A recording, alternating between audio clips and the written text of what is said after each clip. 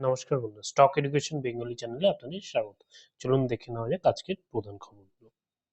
Nifty fifty 0.29% ডাউনের সঙ্গে Nifty IT আজকে 2.2% ডাউন। তার প্রধান কারণ হচ্ছে পাওয়েলজির কমেন্ট্রি।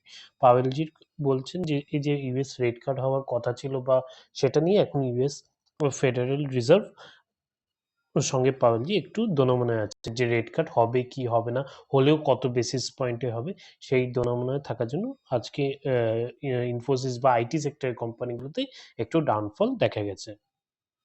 ওয়ারি এনার্জিস আজকে 6% বাড়লেও কারণ কি, এর যে নেট প্রফিট সেটা 17% বেড়েছে, রেভিনিউ 1% আপ। কিন্তু কেন, এটা আমাদের দেখতে হবে যে কি কোন সেগমেন্টে বেড়েছে। ঠিক আছে, আমরা যদি এই যে দেখি তাহলে এই যে দেখবেন যে এটা হচ্ছে 2023 আর এটা 2024 সেপ্টেম্বর। ঠিক আছে, এই যে সেলস থেকে যে আসল ওর কাজ কি, ওই যে ফটো ভোল্টিক মডিউলস বেচা, ঠিক আছে, সোলার প্যানেল বেচা, সেখান থেকে কিন্তু প্রফিট বা রেভিনিউ অনেকটাই কমেছে আমরা যদি দেখি। কিন্তু তাহলে কোথায় বেড়েছে, বেড়েছে হচ্ছে এই যে ইঞ্জিনিয়ারিং প্রজেক্টগুলোতে। আমরা জানি যে এই দুটো কাজ করে, একটা হচ্ছে ফটো সেলস বেচে, সোলার সেলস বেচে, আর বিভিন্ন ইঞ্জিনিয়ারিং এর কাজ করে, যেমন কোনো সেট আপ করা, ঠিক আছে, এনার্জি প্ল্যান্ট সেট আপ করা, এইখান থেকে যে রেভিনিউটা বেড়েছে। ঠিক আছে, এটা আমাদের লক্ষ্য করতে হবে, ফটো ইলেকট্রিক সেলস করে কিন্তু বাড়েনি।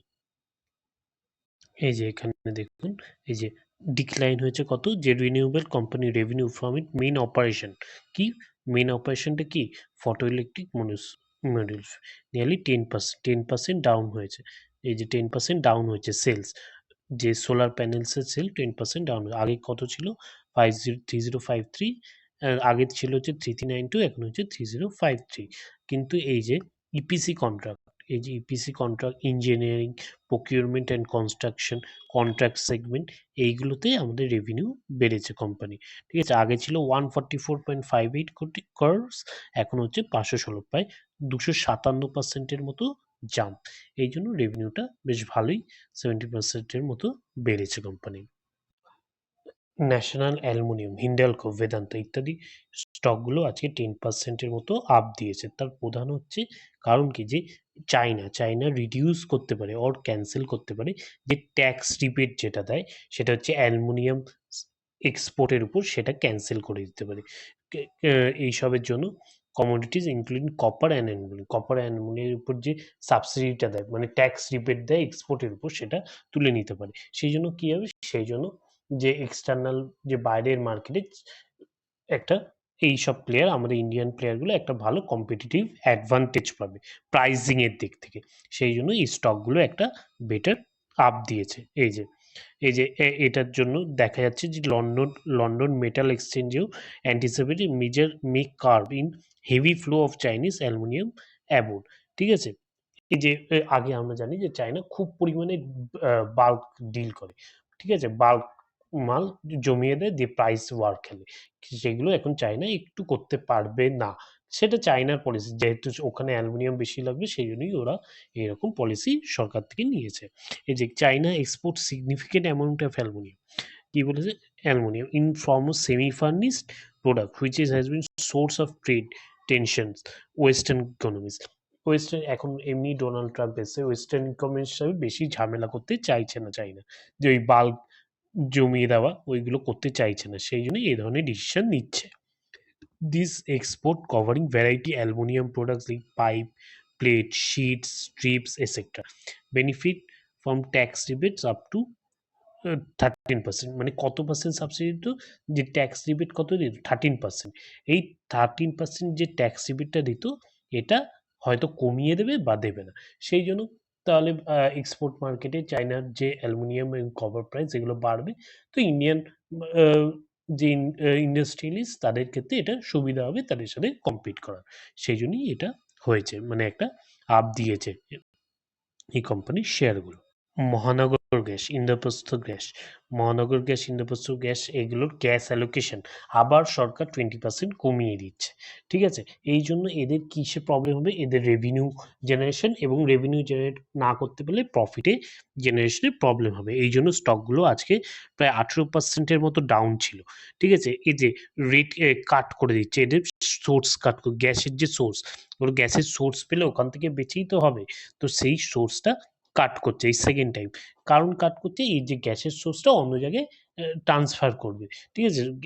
এইজন্য কাট করছে। এইজন্য এইসব কোম্পানির রেভিনিউ এবং প্রফিটে এফেক্ট করবে। সেই এফেক্টের জন্য কোম্পানিগুলোর আজকে স্টকগুলো বেশ ডাউন ছিল। আর সঙ্গে এই জন্য যে কস্ট অফ র ম্যাটেরিয়ালের প্রাইসও বাড়বে। ঠিক আছে? আর এর প্রভাব কিসের উপর পড়বে? কাস্টমারের উপর পড়বে যে সিএনজির দাম বাড়বে। কিন্তু সিএনজির দাম কোম্পানি বাড়াতে পারবে না। কারণ সামনেই ইলেকশন আছে। তো এইগুলো কোম্পানির উপর একটা বাজে এফেক্ট ফেলবে।